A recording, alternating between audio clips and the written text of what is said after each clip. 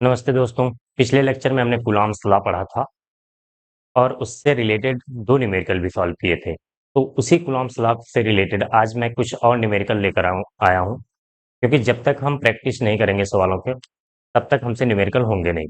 Overall हमारा M यही होना चाहिए कि कोई भी कॉन्सेप्ट पढ़ें हम, तो उससे रिलेटेड न्यूमेरिकल हमसे सॉल्व हो जाए, नहीं तो वो कॉन्सेप्ट पढ़ने का कोई मतलब नहीं है। और न्यूमेरिकल सॉल्व करने के लिए प्रैक्टिस बहुत ज़रूरी है। तो आज उसी क्रम में मैं कुछ न्यूमेरिकल सॉल्व लेकर आया हूँ। तो पिछले लेक्चर का पहले मैं थोड़ा-सा रिवीजन करा देता हूँ। पिछले लेक्चर में हमने क्या पढ़ा था? Coulomb's law. कूलॉम्स लॉ में क्या था? 2 चार्जेस के बीच में उन्होंने फ़ोर्स कैसे कैलकुलेट करते हैं, ये बताया था हमें। अगर 2 चार्ज हैं, तो उनके बीच में कितना फ़ोर्स लगता है? F equals to electric force की बात हो रही है यहाँ पे, Q1 Q2 बाई इनके बीच की डिस्टेंस का स्क्वायर, R स्क्वायर। ये क्या था यहाँ पे? ये था 1/4 पाई एप्सिलॉन नॉट और इसकी वैल्यू थी 9 × 10⁹ न्यूटन मीटर स्क्वायर पर कूलॉम स्क्वायर। एप्सिलॉन नॉट क्या होता था? Permittivity of free space. Permittivity of free space की वैल्यू कितनी होती थी? 8.85 × 10⁻⁻12 कूलॉम स्क्वायर पर न्यूटन मीटर स्क्वायर। ठीक है। और कूलॉम्स लॉ की लिमिटेशन क्या है, कहाँ कहाँ पर हम यूज कर सकते हैं? सबसे पहली कंडीशन ये थी कि Coulomb's law applicable for only point charge. Point charge के बारे में हमने बताया था, पॉइंट चार्ज के लिए ही अप्लाई कर सकते हैं हम कूलॉम्स लॉ। और अगर दोनों चार्ज मोशन की स्टेट में है, तो भी नहीं अप्लाई कर सकते हैं। एक चार्ज रेस्ट में है, एक चार्ज मोशन में है, तो अप्लाई कर सकते हैं, या फिर दोनों चार्ज रेस्ट में है, तब तो हम कर ही सकते हैं। तो पॉइंट चार्ज का सबसे ज्यादा हमें ध्यान रखना है। पहले मैं एक कॉन्सेप्ट और पढ़ाता हूँ इससे रिलेटेड, फिर उसके बाद उस पर न्यूमेरिकल करेंगे। कूलॉम्स लॉ में हमने ग्राफ नहीं बताया था उस दिन, तो ग्राफ जो होता है फोर्स वर्सेस डिस्टेंस का ग्राफ, एक बार देख लेते हैं। Force versus R, F versus R का फार्मूला ये था, एफ इक्वल टू के Q1 Q2 by are square. ठीक है। तो यहाँ से देखा जाए तो एफ इनवर्सली प्रोपोर्शनल है आर स्क्वायर के। जो ग्राफ बनता है फोर्स और आर के बीच, हम देख सकते हैं यहाँ पे इनवर्सली प्रोपोर्शनल है। जब आर बहुत कम होगा, आर लगभग टेंस टू जीरो करेगा, तो फोर्स बहुत ज्यादा होगा, यानी कि इनफाइनाइट होगा। और जब आर जैसे जैसे बढ़ाते जाएंगे, फोर्स की वैल्यू कम होती जाएगी। तो जो ग्राफ बनता है कुछ इस तरह से बनता है। ठीक है? ये ग्राफ है फोर्स वर्सेज आर, डिस्टेंस का। डिस्टेंस आर क्या है? दोनों चार्जों के बीच की डिस्टेंस है। सबसे इंपॉर्टेंट चीज इसमें ये है, अगर ये ग्राफ देके ऑप्शन में दे देता है, इसका शेप पूछ लेता है, तो ये डिफाइन नहीं है। शेप इज नॉट डिफाइंड यहाँ पे। जैसे ऑप्शन में आपको दे दे, मान लो जनरली जब 1/r के इनवर्सली प्रोपोर्शनल होता है कोई क्वांटिटी, तो वो रेक्टेंगुलर हाइपरबोला बनता है। रेक्टेंगुलर हाइपरबोला दे दे, हाइपरबोला दे दे, पैराबोला दे दे, सर्कल दे दे, एलिप्स दे दे, तो और उसमें से एक ऑप्शन रहेगा आपका नॉट डिफाइंड। तो नॉट डिफाइंड वाला ऑप्शन सही होगा इसके लिए, फोर्स वर्सेज आर के लिए। ठीक है। तो अगला जो कॉन्सेप्ट है,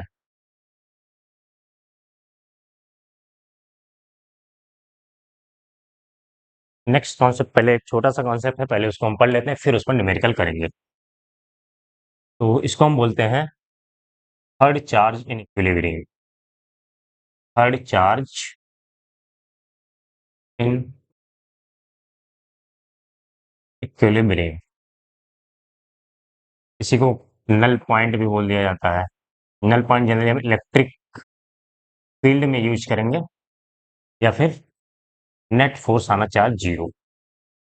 net force on R charge, या फिर थर्ड चार्ज बोल सकते हैं, कितना होना चाहिए? जीरो। कब होगा, इसके लिए कंडीशन क्या है, न्यूमेरिकल कैसे बनते हैं, इस पर यही सब हमें इस टॉपिक पर देखना है। तो मान लो ये दो चार्ज दिया है हमें, एक Q1 दिया है और एक Q2। दोनों पॉजिटिव चार्ज अभी हमने लिया है। इनके बीच की डिस्टेंस दी गई है r। अब क्वेश्चन ये बनता है कि एक हमारे पास तीसरा चार्ज है Q, तो इसको हम कहाँ पे रखें?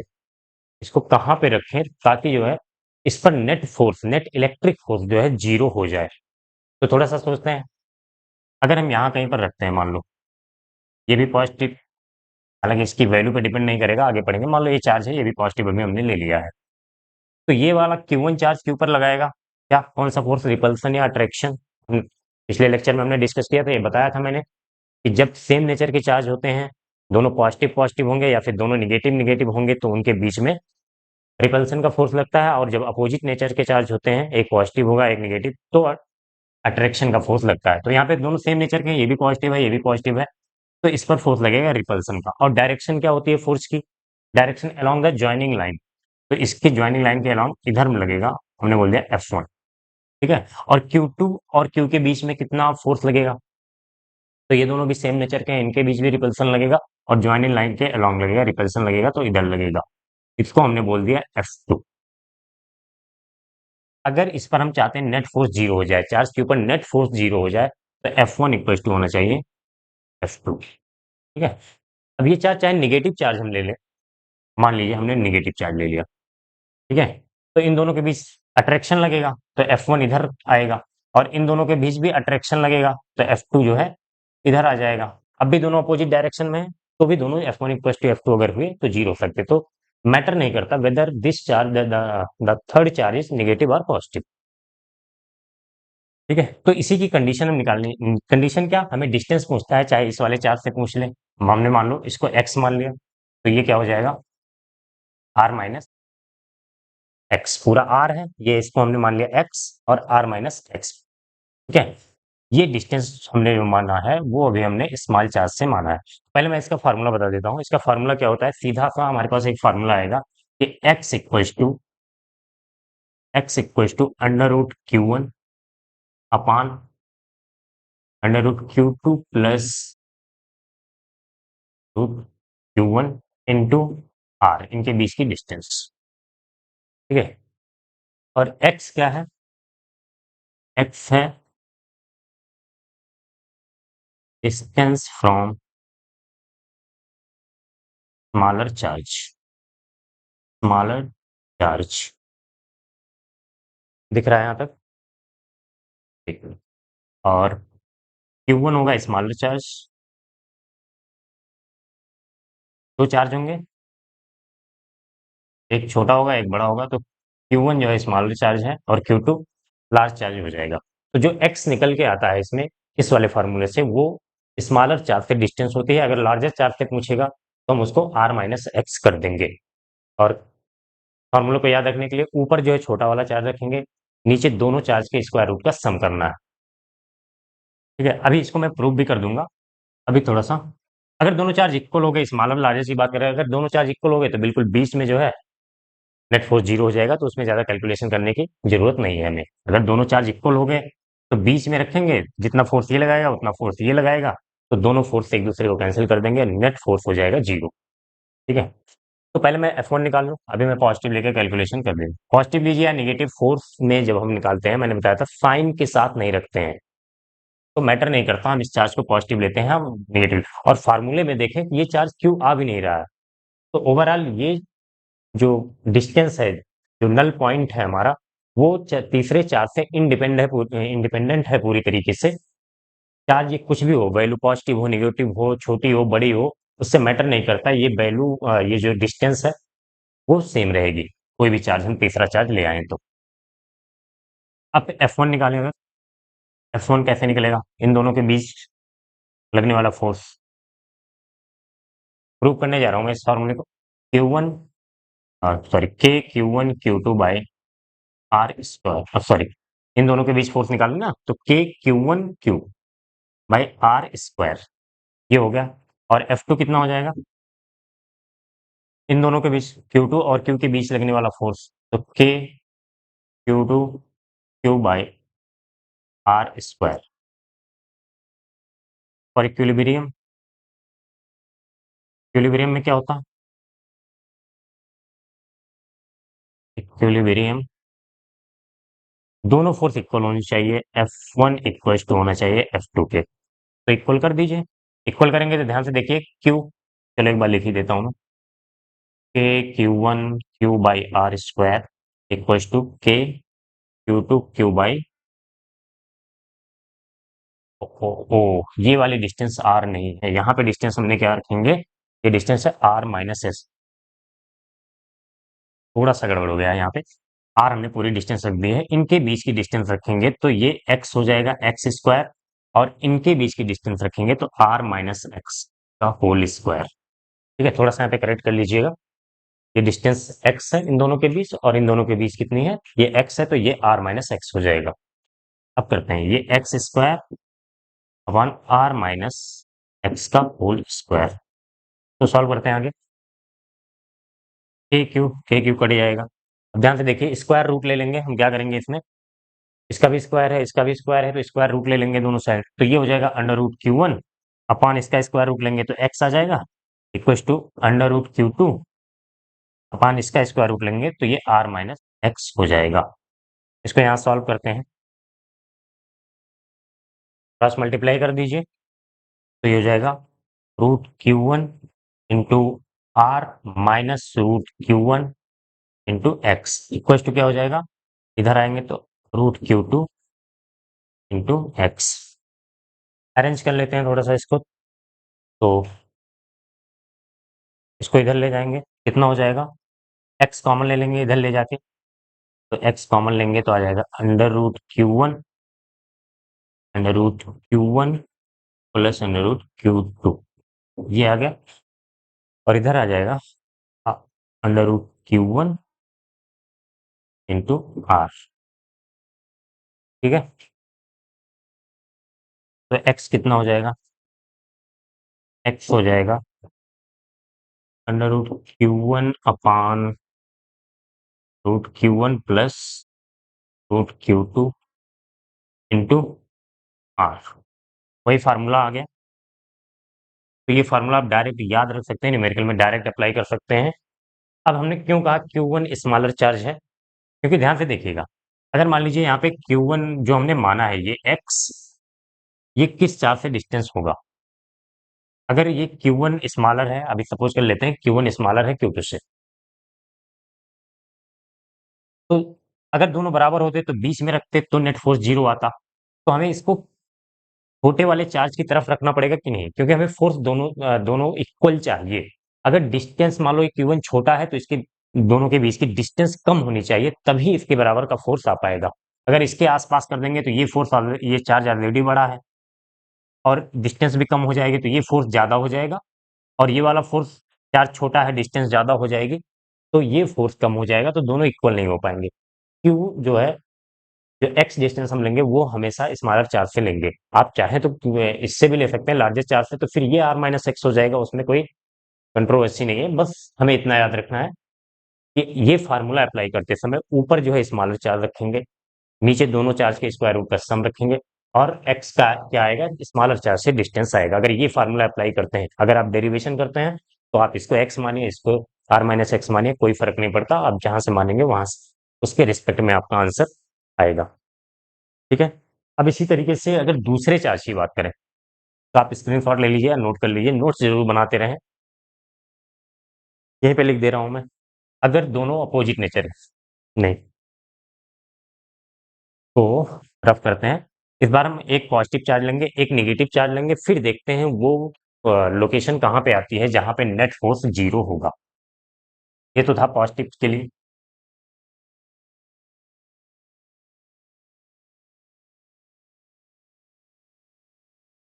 यहाँ पे हमने ये फार्मूला लिखा था, ये जरूर लिख लेना, एक द लोकेशन जो है वो इन साइड द ज्वाइनिंग लाइन होगा।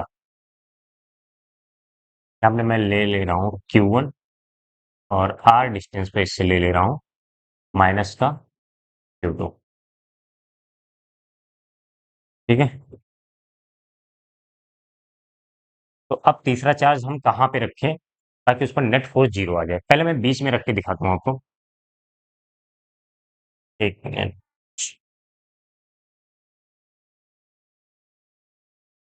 बीच में रखेंगे अगर, मान लीजिए यहाँ पे रखा, तो ये पॉजिटिव है, ये पॉजिटिव है, इस पर लगेगा रिपल्सन, ये निगेटिव है, ये पॉजिटिव है, तो इसमें लगेगा अट्रैक्शन, दोनों फोर्स की डायरेक्शन सेम है तो जीरो कैसे होगा, दोनों फोर्स ऐड हो जाएंगे और वैल्यू बढ़ जाएगी इस पर लगने वाला नेट फोर्स इंक्रीज हो जाएगा। कहीं भी रखेंगे इनके बीच में, तो बाहर रखते हैं, बाहर रखें अगर, जब दोनों सेम नेचर के चार्ज थे, पॉजिटिव पॉजिटिव का निगेटिव निगेटिव, तो ध्यान रखिएगा जो लोकेशन आएगी नेट फोर्स जीरो की, वो इनसाइड द चार्ज आएगी, इनसाइड द ज्वाइनिंग लाइन के अंदर यहाँ पे आएगी। तो अगर यहाँ कहीं पे हम रख दें चार्ज क्यू, तो इन दोनों के बीच में, इन दोनों के बीच में क्या लगेगा, पॉजिटिव है निगेटिव है तो अट्रैक्शन लगेगा, और ये पॉजिटिव है तो रिपल्सन लगेगा। लेकिन हम यहाँ पे मान लेते हैं Q1 is less than Q2, यानी कि Q2 बड़ा चार्ज है, Q1 छोटा चार्ज है। तो क्या पॉसिबल है यहाँ पे नेट फोर्स जीरो हो जाए? एक बार वैल्यू के बारे में सोचते हैं। Q2 बड़ा चार्ज है और इससे डिस्टेंस भी कम है, इधर कहीं भी रखेंगे तो Q2 से डिस्टेंस तो कम ही होगी, चार्ज भी बड़ा है डिस्टेंस भी कम है, तो इसका फोर्स बड़ा होगा, और इसकी डिस्टेंस भी ज्यादा है, इसकी डिस्टेंस भी ज्यादा है, और ये चार्ज भी छोटा है। हमने माना Q1 is less than Q2, और ये डिस्टेंस भी छोटा है, तो इसका फोर्स कम होगा। तो जब एक फोर्स ज्यादा आ रहा है एक फोर्स कम आ रहा है, तो नेट फोर्स जीरो कभी नहीं हो सकता, दोनों फोर्स इक्वल होंगे और अपोजिट डायरेक्शन में होंगे तभी नेट फोर्स जीरो हो सकता है। तो इधर भी नहीं हो सकता, ना तो इनके बीच में कहीं पे जीरो हो सकता है और ना बड़े वाले चार्ज के पास में हो सकता है। तो हम छोटे वाले चार्ज के पास में आते हैं, यहाँ कहीं पे रखते हैं चार्ज क्यू। अब ये पॉजिटिव है और ये भी पॉजिटिव है तो इस पर लगेगा रिपल्सन का F1 बोल दिया हमने। ये निगेटिव है ये पॉजिटिव है तो इस पर लगेगा अट्रैक्शन का F2। तो दोनों फोर्स इक्वल तो आ रहे हैं, दोनों फोर्स इक्वल तो आ रहे हैं, सॉरी इक्वल नहीं, दोनों फोर्स अपोजिट डायरेक्शन में है। अब यहाँ पे एक पॉसिबिलिटी बनती है कि दोनों फोर्स इक्वल हो जाए। क्यों? ये चार्ज छोटा है इससे डिस्टेंस कम है, तो इससे जो भी फोर्स आएगा, और ये वाला चार्ज बड़ा है इससे डिस्टेंस ज्यादा है, तो दोनों फोर्स की इक्वल होने की प्रोबेबिलिटी इधर है। तो यहाँ पे हम बोल सकते हैं F1 equal to F2 possible है, पॉसिबल है। ठीक है, फार्मूला फिर उसी तरीके से F1 निकालेंगे F2 निकालेंगे, ये हमने मान लिया छोटे वाले चार्ज से डिस्टेंस x।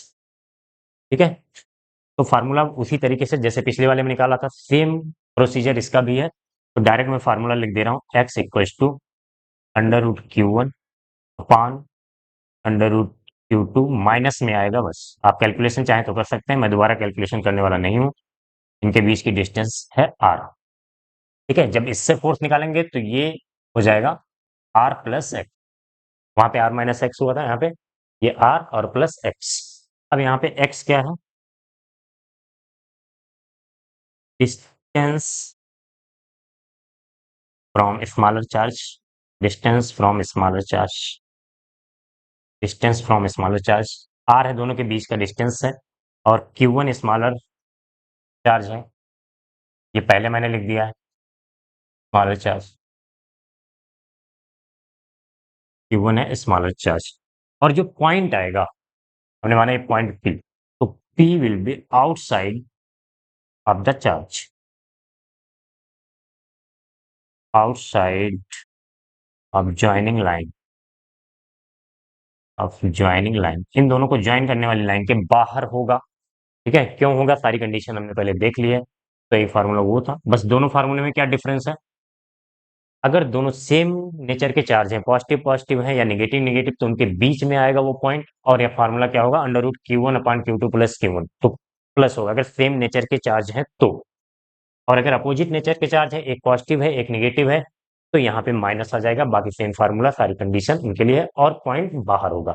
अगर सेम नेचर के चार्ज है तो पॉइंट अंदर होगा, अपोजिट नेचर के चार्ज है तो पॉइंट बाहर होगा, इस बात को ध्यान रखना। ठीक है, ये हो गया हमारा कॉन्सेप्ट।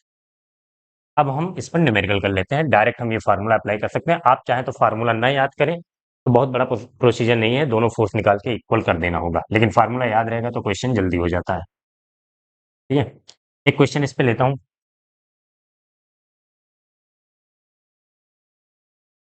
क्वेश्चन है हमारे पास, क्वेश्चन लिख देता हूँ, आप क्वेश्चन भी नोट कर लें साथ में। दो क्वेश्चन उसमें होते हैं, क्वेश्चन नंबर 3 इसको कर देना है। Two charges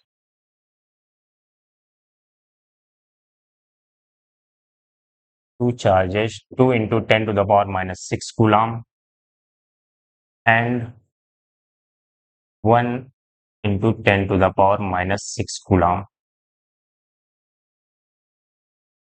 are separated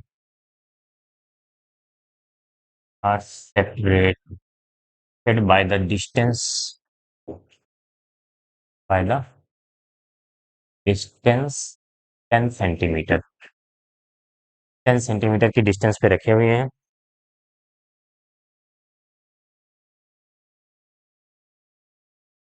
Where should a third charge be placed such that net force on it zero.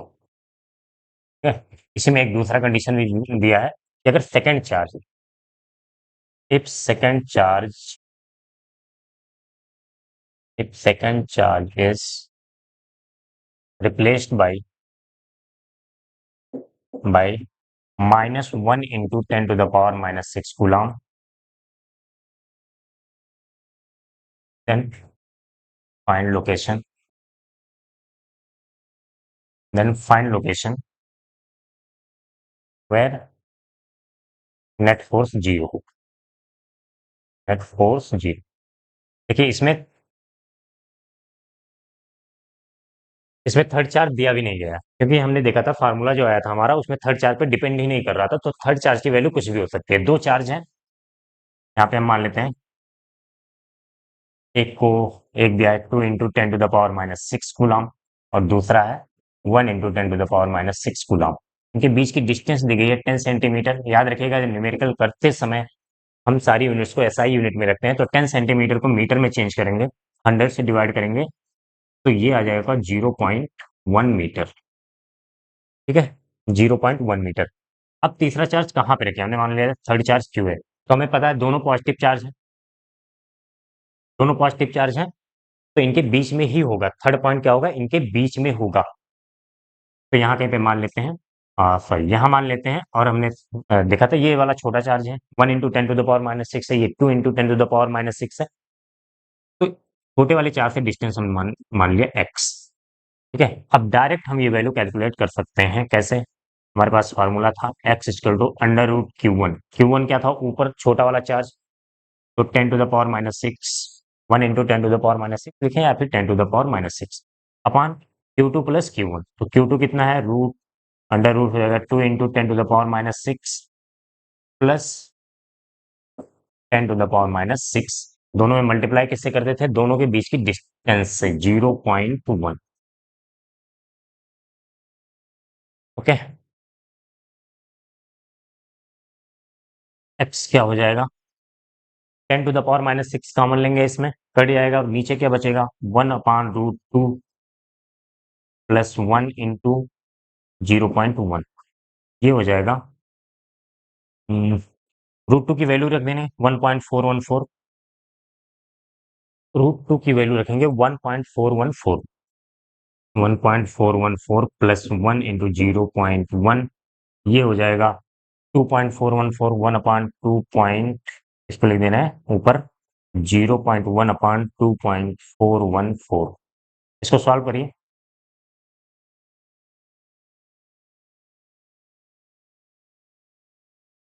3 zero बढ़ा लेंगे, सॉरी 2 जीरो बढ़ाएंगे, तो ये हो जाएगा 100। अब इसमें डिवाइड करेंगे हम, डिवाइड करिए 1000 में, 100 में डिवाइड करना है हमें, किससे,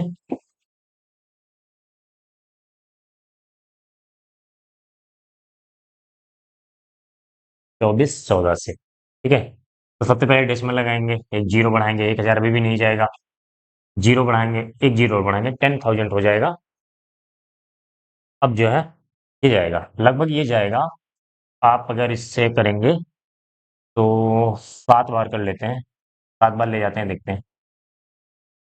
7 28 9 28 14 2 16।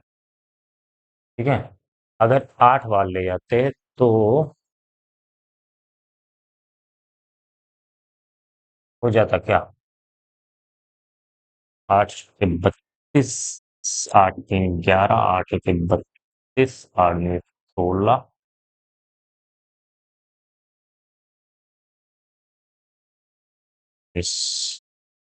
8 के 32 और 8 के 8 3 11, 8 के 32 एक 33, 8 में 16 3 19, हाँ 8 बार चला जाएगा तो 0.8 ये हो जाएगा 19। चलिए बस इतना तक करते हैं तो 0.08।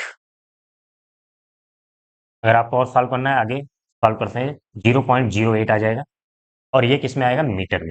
अगर हमें सेंटीमीटर में करना है इसको तो 100 से मल्टीप्लाई कर देंगे एक्स इक्वल टू आ जाएगा 8 सेंटीमीटर। तो ये हो गया आपका फाइनल आंसर। छोटे वाले चार्ज से 8 सेंटीमीटर की दूरी पर इन दोनों चार्ज के बीच में होगा। ठीक है, इसको आप नोट कर लीजिए। और सेकंड वाला कंडीशन अगर हम लगाएं तो मैं इसको यहाँ पे बस क्या करना है हमें माइनस कर देना है। ये नोट कर लीजिए।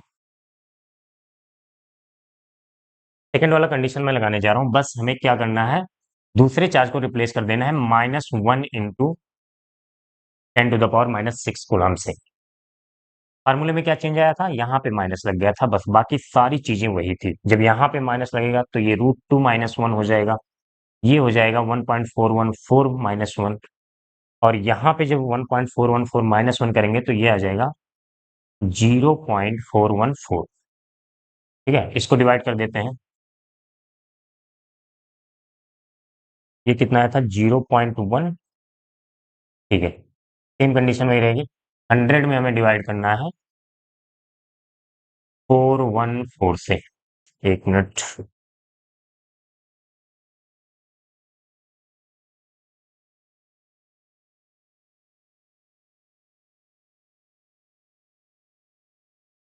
तो डेसिमल लगाएंगे, जीरो बढ़ाएंगे, कितनी बार जाएगा, दो बार जाएगा।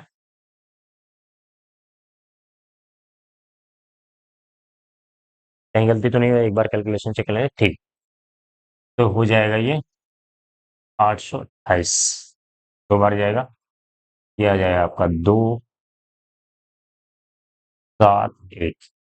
फिर एक जीरो बढ़ा देंगे, फिर इस बार जाएगा 4 बार, 0.24। ठीक है, 0.24 ये आएगा मीटर में।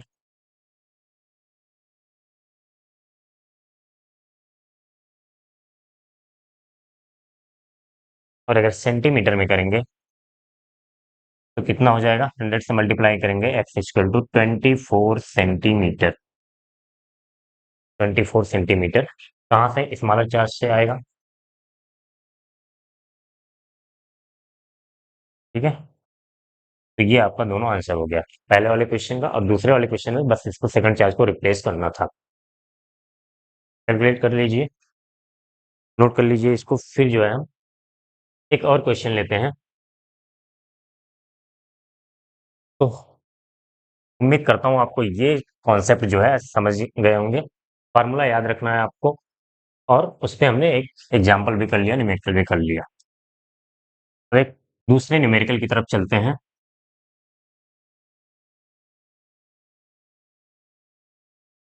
दूसरा न्यूमेरिकल क्या था, दूसरा न्यूमेरिकल एक न्यूमेरिकल था जो इस बार 2025 नीट के एग्जाम में जो 4 या 5 मई को जो पेपर हुआ था उसमें आया था। इसी टॉपिक से रिलेटेड है, तो मैं उसको यहाँ पे सॉल्व करा दे रहा हूँ। ठीक, ठीक है। तो लैंग्वेज उसकी बहुत बड़ी थी, मैं लैंग्वेज नहीं लिख रहा हूँ, बस क्वेश्चन का जो फिगर है वो बना दे रहा हूँ और उसको समझा दे रहा हूँ आपको। क्वेश्चन ये था, क्वेश्चन नंबर 4 है, और ये नीट 2025 का क्वेश्चन है। देखिए क्वेश्चन क्या था, लैंग्वेज बहुत बड़ी लिखी हुई थी। दो आइडेंटिकल बॉल है, कंडक्टिंग आइडेंटिकल बॉल है, एक ए है और दूसरी है बी। ठीक है, दोनों पे चार्ज है, कुछ भी चार्ज है, पॉजिटिव नेगेटिव ये नहीं दिया गया है, हमने पॉजिटिव मान लिया है। और उस चार्ज की वैल्यू भी दी गई है क्यू, इस पर भी क्यू है उस पर भी। आइडेंटिकल बॉल है, चार्ज क्यू है। ठीक है, आइडेंटिकल का मतलब ये हुआ कि दोनों बॉल की साइज और मटेरियल, जिस मटेरियल से बने हुए हैं दोनों सेम है, और इनके बीच की डिस्टेंस दी गई है आर। ठीक है, क्वेश्चन और एक तीसरी बॉल भी है सी, वो भी इन दोनों के आइडेंटिकल है, लेकिन सी पर कोई चार्ज नहीं है, इस पर क्यू कितना है, 0। तो क्वेश्चन ये है कि तीन बॉल है A B and C are identical balls, spherical ball है, क्योंकि स्फेरिकल दिया है, बाद में ये इसने कंडीशन भी दिया है कि इसकी जो रेडियस है, इन दोनों की रेडियस इनके बीच की डिस्टेंस के कंपैरिजन में बहुत छोटी है। ओवरऑल हम उसे पॉइंट चार्ज मान सकते हैं, ये दिया है। अगर पार्टिकल दिया होता तो हम बिना कुछ सोचे समझे पॉइंट चार्ज मान लेते, जैसे कि मैंने पिछले लेक्चर में डिस्कस किया था कि पार्टिकल और बॉडी क्या होती है। तो यहाँ पे चार्ज बॉडी दिया गया था, तो चार्ज बॉडी देने के बाद इसमें इसको क्लेरिफाई करना जरूरी होता है कि हम उसे पॉइंट चार्ज मान सकते हैं कि नहीं। तो इसलिए इसने दे दिया कि इसका जो साइज है इसके कंपैरिजन में बहुत छोटा है, तो हम पॉइंट चार्ज मान सकते हैं। अब A and B are equally charge, Q और क्यू से चार्ज है, सी चार्ज नहीं है। सी भी कंडक्टिंग मटेरियल मतलब आइडेंटिकल है, तो सेम मटेरियल का है, तीनों कंडक्टर है। अब क्वेश्चन ये है कि सबसे पहले कह रहा है सी को ए के कांटेक्ट में ला जाए। पहली कंडीशन ये है, ball C comes in contact with A, A के साथ कांटेक्ट में आ रहा है, ठीक है। फिर उसके बाद बी के साथ, देन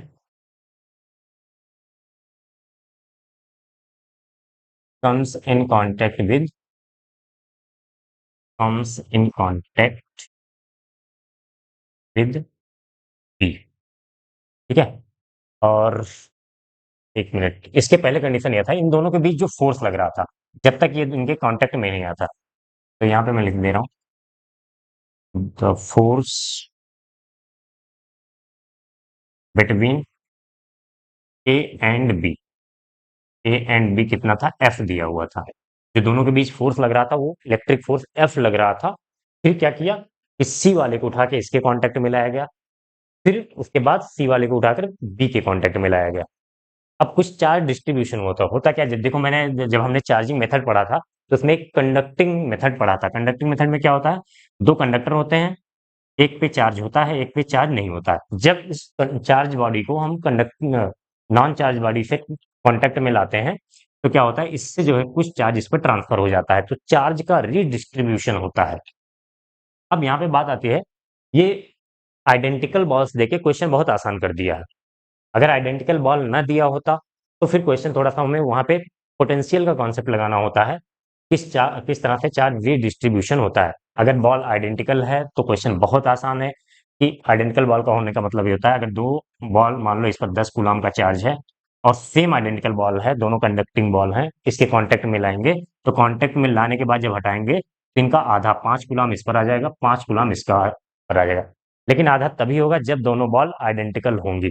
अगर शेप एंड साइज अलग अलग हैं तो तो चार्ज दोनों पे डिफरेंट डिफरेंट चार्ज आएगा, और उसका कैलकुलेशन जो है रीडिस्ट्रीब्यूशन का कैलकुलेशन हम पोटेंशियल की हेल्प से करते हैं। इसके बाद हम इलेक्ट्रिक फील्ड पढ़ेंगे, उसके बाद जो है इलेक्ट्रिक पोटेंशियल पढ़ेंगे, तब डिफरेंट शेप एंड साइज की बॉल में चार्ज डिस्ट्रीब्यूशन करना सीखेंगे। अभी आइडेंटिकल बॉल है तो मैं यहाँ पे ये क्वेश्चन करा दे रहा हूँ। तो इस पर है चार्ज क्यू, जब इसको ए के कांटेक्ट में लाया गया होगा तो दोनों पे चार्ज कितना हो गया होगा, Q/2 इस पे आ गया होगा और Q/2 इस पे आ गया होगा, क्योंकि इस पे चार्ज तो जीरो, दोनों के चार्ज का आधा आधा दोनों पे रीडिस्ट्रीब्यूट हो जाता है। जैसे मान लो अगर इस पे 6 कूलाम होता, 6 कूलाम इस पर होता, 4 कूलाम इस पर होता, ठीक है। तो जब दोनों को कांटेक्ट में लाते तो ओवरऑल चार्ज कितना हो जाता, 10 कूलाम, तो 5 कूलाम इस पर आ जाता, 5 कूलाम इस पर। लेकिन आइडेंटिकल के लिए ये केस सही है। आइडेंटिकल नहीं होगा तो शेप एंड साइज के हिसाब से अ, जिस बॉडी का जो शेप होगा वो बड़ा होगा, उस पर ज्यादा चार्ज आएगा, जिसका छोटा होगा उस पर कम चार्ज आएगा। ये बात ध्यान रखिएगा, पोटेंशियल में हम पढ़ेंगे। तो जब इसको कांटेक्ट में लाया गया तो Q/2 इस पर चार्ज आ गया, Q/2 इसके ऊपर चार्ज आ गया, Q का आधा, Q/2 इस पर, Q/2 इस पर। तो इस पर फाइनल चार्ज हमारे पास कितना हो गया, Q/2।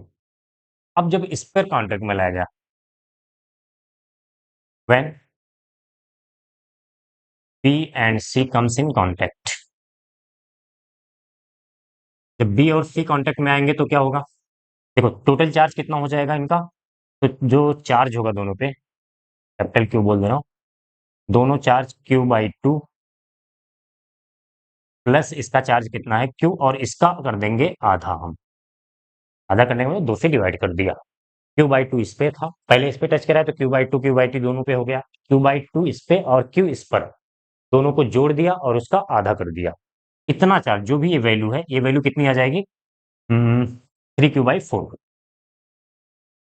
3 क्यू बाई 4 कूलाम का चार्ज जो है दोनों पे आ जाएगा। अब फाइनल चार्ज सी पे आ गया 3 क्यू बाई 4, और इस पर आ गया क्यू बाई 3 क्यू बाई 4। ठीक है, चलिए मैं इसको अलग बना देता हूँ, अभी यहाँ पे क्यू और क्यू लिख दिया। तो फाइनली क्या हो गया? फाइनली चार्ज डिस्ट्रीब्यूशन जो था, ए पर आ गया कितना? क्यू बाई 2, और बी पर आ गया 3 क्यू बाई 4। डिस्टेंस उनके बीच की नहीं चेंज हुई है, सब अपनी ही पोजीशन पर हैं। ठीक है, अब हमें फोर्स निकालना है कितना हो जाएगा। तो इसमें ऑप्शन दिया था, जो मैं ऑप्शन दे दे रहा हूँ। एक तो था 3F/4 न्यूटन, और दूसरा था 3/F/2, और थर्ड ऑप्शन था 3/8F। फोर्थ ऑप्शन था 3/2F। ठीक है, तो एफ जो, जब इनिशियल कंडीशन में जब इनके बीच में कोई कांटेक्ट नहीं होता, तो इस पर क्यू था, इस पर क्यू था, और फोर्स कितना लग रहा था? एफ। ठीक है, the force between A and F initially क्या था? एफ फोर्स लग रहा था। तो उसी के रिस्पेक्ट में हमें बताना है कि जब चार्ज रिडिस्ट्रीब्यूशन हो गया, इस पर क्यू बाई 2 आ गया, इस पर 3 क्यू बाई 4 आ गया, कैसे आया ये मैंने समझा दिया है। अब कितना फोर्स लगेगा? तो इनिशियल कंडीशन में मैं एफ इनिशियल लिख दे रहा हूँ। कितना फोर्स की फार्मूला लिखें तो के, क्यू इस पर है, क्यू इस पर है, तो क्यू स्क्वायर हो जाएगा अपान इनके बीच की डिस्टेंस आर का स्क्वायर। अब फाइनल कंडीशन में लिखें तो एफ फाइनल जो होगा, एफ फाइनल कितना हो जाएगा? के, इन दोनों के चार्ज का multiplication q by 2 into 3 q by 4 upon कितना? R square. ठीक है, इन दोनों को मल्टीप्लाई करेंगे, देखेंगे तो 3 बाई नीचे 8 हो जाएगा, तो 3/8 हम बाहर लिख लेते हैं, और क्या बचेगा? Q into q, q square, k q square by are square. तो k q square by are square क्या था? एफ था। एफ इनिशियल क्या था? एफ। तो इसकी जगह पे एफ रख देंगे, तो कितना हो जाएगा? 3F/8। ऑप्शन नंबर 3 आपका करेक्ट हो जाएगा। ठीक है, अब देखिए आपको समझाने के लिए इतना लिखना पड़ा, लेकिन अगर आपकी थोड़ी सी भी कैलकुलेशन अच्छी है, तो इस क्वेश्चन को करने के लिए पेन उठाने की जरूरत नहीं थी। सिर्फ क्या करना था, हमें चार्ज डिस्ट्रीब्यूशन का कॉन्सेप्ट पता होना चाहिए कि अगर आइडेंटिकल बॉडी है तो दोनों चार्ज का सम करके हम दोनों पे आधा आधा दे देते हैं। वही काम यहाँ भी किया है, वही काम हमने यहाँ भी किया है। फिर उसके बाद जो फोर्स निकाल लेते हैं, तो इसमें पेन उठाने की जरूरत नहीं थी, अगर आपकी कैलकुलेशन थोड़ी सी अच्छी है, नहीं तो आप थोड़ा बहुत कैलकुलेशन कर सकते हैं। ठीक है, ये हो गया नीट 2025 का क्वेश्चन।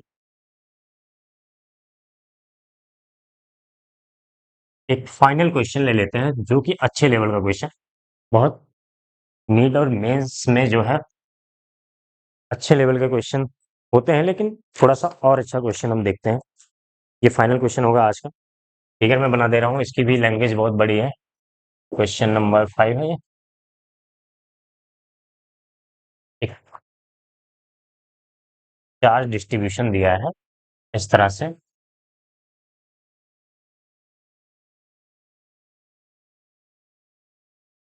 यहाँ पे क्यू क्यू कैपिटल क्यू, चारों लेंथ सेम है, और यहाँ से एंगल है थीटा। ठीक है, अब क्वेश्चन क्या है इसको मैं लिख दे रहा हूँ। Four charges four charges shown in figure tie with a rope tie with a rope of same length यानी कि यहाँ पे हम सेम रोप कंसीडर करेंगे। Put on ground put on ground in equilibrium position, in equilibrium position. ठीक है, equilibrium की position पे ग्राउंड पे रखे हुए हैं। तो क्या करना है? Find the angle theta, find the angle theta.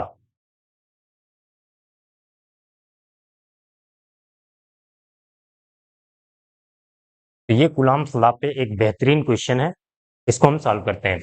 इसमें एक न्यूमेरिकल वैल्यू और मैथमेटिक्स सब अप्लाई होंगे। तो शुरू करते हैं, कहाँ से शुरू करें इसमें? देखिए, ये लेंथ रोप है, रोप दी गई है, सबकी लेंथ सेम है, तो या तो ये स्क्वायर हो सकता है या रोम्बस हो सकता है। अब हम क्या करेंगे, इन्हीं दो चार्ज को पकड़ के उन पे नेट फोर्स हम निकालते हैं, या फिर किसी एक चार्ज पे, मान लीजिए हमने ले लिया small Q, force at force on Q, ये वाला चार्ज। तो कितना फोर्स लग रहा होगा इस पर, सोच के बताइए। और एक बार चाहे तो वीडियो को पॉज करके खुद से ट्राई करें। तो क्या फोर्स लगेगा इस पर, स्मॉल क्यू पर?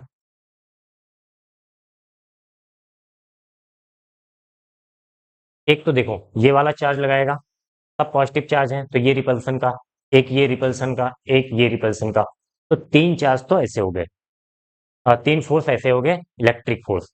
अब अगर रोप से बंधे हुए हैं और ये इक्विलिब्रियम पोजीशन में है, तो आप थोड़ा सा मैकेनिक्स लगाएंगे तो इसमें लगता है टेंशन का फोर्स। और टेंशन का फोर्स जिस बॉडी पर जिस पार्टिकल पर हम देख रहे हैं उससे अवे लगता है हमेशा, क्लास 11 में आपने इतना पढ़ा होगा। तो इस पर टी इधर लगेगा और इस वाले रोप में टी इधर लगेगा। ठीक, अब हो गए ओवरऑल चार फोर्सेज हो गए, एक टेंशन का फोर्स और तीन जो है, चार क्या पांच फोर्सेस हो गए, दो टेंशन फोर्स और तीन इलेक्ट्रिक फोर्स लग रहे हैं। अब ये इक्विलिब्रियम में है तो टोटल फोर्स ये इसके कारण इधर आएगा, कितना आएगा, इसकी वैल्यू में लिख दिया, के small Q capital Q upon L square, इनके बीच की डिस्टेंस एल स्क्वायर है। इन दोनों के बीच भी रिपल्सन का फोर्स लगेगा, कितना लगेगा, के Q Q by L square. ठीक है, अभी जो है इसका भी फोर्स लिखते हैं हम, इसका फोर्स इधर लगेगा, कितना लगेगा, ये थीटा है तो ये वाली डिस्टेंस जो है एल कॉस थीटा हो जाएगी, और ये वाली सिमिलरली ये वाली डिस्टेंस भी हो जाएगी एल कॉस थीटा। तो इन दोनों के बीच में डिस्टेंस कितनी हो जाएगी, टू एल कॉस थीटा। तो इनके बीच की डिस्टेंस हो जाएगी टू एल कॉस थीटा, तो फोर्स कितना हो जाएगा, के क्यू क्यू स्क्वायर कर दे रहे हैं इसको, upon four l square cos square theta, four l square cos square theta.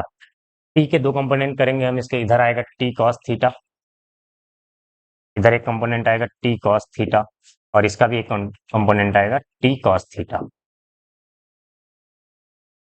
तो जो है इस पर नेट फोर्स, जब हम इस पर नेट फोर्स देखें तो ये एंगल भी थीटा हो जाएगा। इसका एक कंपोनेंट आएगा के Q Q by L square का कॉस थीटा, और इसका भी एक आ जाएगा के क्यू क्यू का बाई एल स्क्वायर का कॉस थीटा। तो इधर वाले फोर्स में पहले लिख रहा हूँ, के क्यू स्क्वायर, ठीक है, पहले k q square by four l square cos square theta, k q square by four l square cos square theta, plus k इसका कॉस थीटा, इसका कॉस थीटा और इसका दोनों सेम है तो दोनों को हो जाएगा, मैं टू के Q Q by L square का कॉस थीटा। ठीक है, इधर आएगा कितना, two T cos theta, two T cos theta. इसको इधर ले जाते हैं, कॉस थीटा वाले को इधर ले जाते हैं, तो इधर ले जाएंगे तो क्या हो जाएगा, कॉस थीटा कॉमन हो जाएगा बाकी सारे, या फिर ऐसे लिख देते हैं, two T cos theta minus two के Q Q by L square cos theta equal to क्या हो जाएगा, ये बचेगा k q square upon four l square cos square theta. ठीक। तो कॉस थीटा चाहें तो हम इसमें से कॉमन ले लेते हैं। तो क्या बचेगा? 2t माइनस 2 भी कॉमन ले सकते हैं, लेकिन 2 अभी कॉमन नहीं लेंगे। क्यों नहीं लेंगे अभी आपको आगे पता चलेगा। 2t माइनस के Q Q by L square, ये कॉस थीटा आ गया बाहर, और इधर बचा के q square by 4 L square cos square theta. ठीक है, इक्वेशन नंबर 1 मान लेते हैं। इसी तरीके से किसी एक चार्ज पर और हम चाहे इस पर कैलकुलेट कर लें, चाहे इस पर कैलकुलेट कर लें। अगर हम इस पर कैलकुलेट करें, ध्यान से देखिएगा, ये एंगल था थीटा और ये एंगल हो जाएगा आपका, फिगर थोड़ा छोटा बनाया है, ध्यान से देखेंगे कैसे कैसे बनाया समझ में आ जाए। ये एंगल 90 होगा, चाहे स्क्वायर होगा चाहे रोम्बस, तो डायगोनल जो है 90 डिग्री पर इंटरसेक्ट करते हैं। और ये थीटा, ये 90, तो ये वाला एंगल हो जाएगा 90 माइनस थीटा। ठीक है, अब हम क्या करेंगे, चार्ज को रिप्लेस कर देंगे। चार्ज को रिप्लेस करेंगे, क्यू को, स्मॉल क्यू को कैपिटल क्यू से, चार्ज ऑन कैपिटल क्यू में लिख दे रहा हूँ, अब sorry, force on capital Q. इसमें कुछ नहीं करना है, बस हमें थीटा को 90 माइनस थीटा से रिप्लेस करना है। थीटा को 90 माइनस, चाहे तो आप जिस तरह से इसको किया है उसी तरीके से इसको भी सॉल्व कर सकते हैं पूरा। इस पे भी 3 फोर्स इलेक्ट्रिक वाले फोर्स लगेंगे, अ, और दो लगेगा टेंशन वाला फोर्स। और स्मॉल क्यू को कैपिटल क्यू से, या फिर कैपिटल क्यू को स्मॉल क्यू से, दोनों का इंटरचेंज कर देंगे। तो इक्वेशन फाइनल हमारी क्या बनेगी, यही वाली इक्वेशन में हमें चेंज करना है। तो 2t माइनस क्यू क्यू तो वही रहेगा, कैपिटल क्यू को स्मॉल क्यू से करोगे, स्मॉल क्यू को कैपिटल क्यू से, तो ये हो जाएगा के capital Q small Q upon L square. और थीटा की यहाँ पे 90 माइनस थीटा रखेंगे तो कॉस 90 माइनस थीटा क्या हो जाता है, साइन थीटा। तो यहाँ पे आ जाएगा साइन थीटा इक्वल टू, इधर क्या आएगा, स्मॉल क्यू को कैपिटल क्यू से चेंज करेंगे तो ये कैपिटल क्यू स्क्वायर हो जाएगा, के capital Q square upon 4 L square, और कॉस स्क्वायर थीटा क्या हो जाएगा, sign square theta. 90 minus theta रखेंगे तो साइन स्क्वायर थीटा हो जाएगा। ठीक है, ये इक्वेशन नंबर मान लीजिए इसको सेकंड, दिख रहा है ये। ठीक, तो अब क्या करेंगे, इक्वेशन 2 में फर्स्ट से डिवाइड कर दो, चाहे फर्स्ट में 1 से भी डिवाइड कर सकते हैं आप, जैसे भी चाहें, सॉल्व करना है बस अभी। अब ध्यान से देखिए, जब लेफ्ट हैंड साइड को हम डिवाइड करेंगे तो इधर 2t माइनस के क्यू बाई एल स्क्वायर, ये कॉमन है, पूरा कैंसिल हो जाएगा। इधर बचेगा साइन थीटा और यहाँ पे बचेगा कॉस थीटा, तो sine theta upon cos theta हो जाएगा टेन थीटा। और यहाँ पे के upon 4 L square cos square theta सारा कैंसिल हो जाएगा। क्या बचेगा, Q square capital Q square upon small Q square, यहाँ पे है sign square theta upon cos square theta, तो ये इधर हो जाएगा cos square theta upon sine square theta. आप चाहें तो सॉल्व करके एक दो स्टेप और कर सकते हैं, मैंने डायरेक्ट कर दिया है। तो cos square theta upon sine square theta आ जाएगा। ये इधर आएगा जब, देखिए ये होता है cot square theta, cot square theta इधर आएगा तो 1 अपॉन कॉट स्क्वायर थीटा, और 1 अपॉन कॉट स्क्वायर थीटा क्या हो जाएगा, टेन स्क्वायर थीटा। तो overall ten square theta into tan theta हो जाएगा ten cube theta, ten cube theta, और इधर क्या बचेगा, capital Q square upon small Q square. ये हो जाएगा आपका फाइनल आंसर। अगर कुछ वैल्यूज दी गई हो तो वैल्यू रख के हम एंगल की वैल्यू निकाल सकते हैं। ठीक, ये था एक अच्छे लेवल का क्वेश्चन। अब अगले लेक्चर में हम इलेक्ट्रिक फील्ड स्टार्ट करेंगे, और तब तक आप इसका रिवीजन कर लीजिए, और कुछ और अच्छे क्वेश्चन अपने एनसीईआरटी बुक से या फिर एनसीईआरटी एग्जाम्पलर में अच्छे क्वेश्चन हो सकता है मिले, तो उससे भी सॉल्व कर लीजिए। Thank you.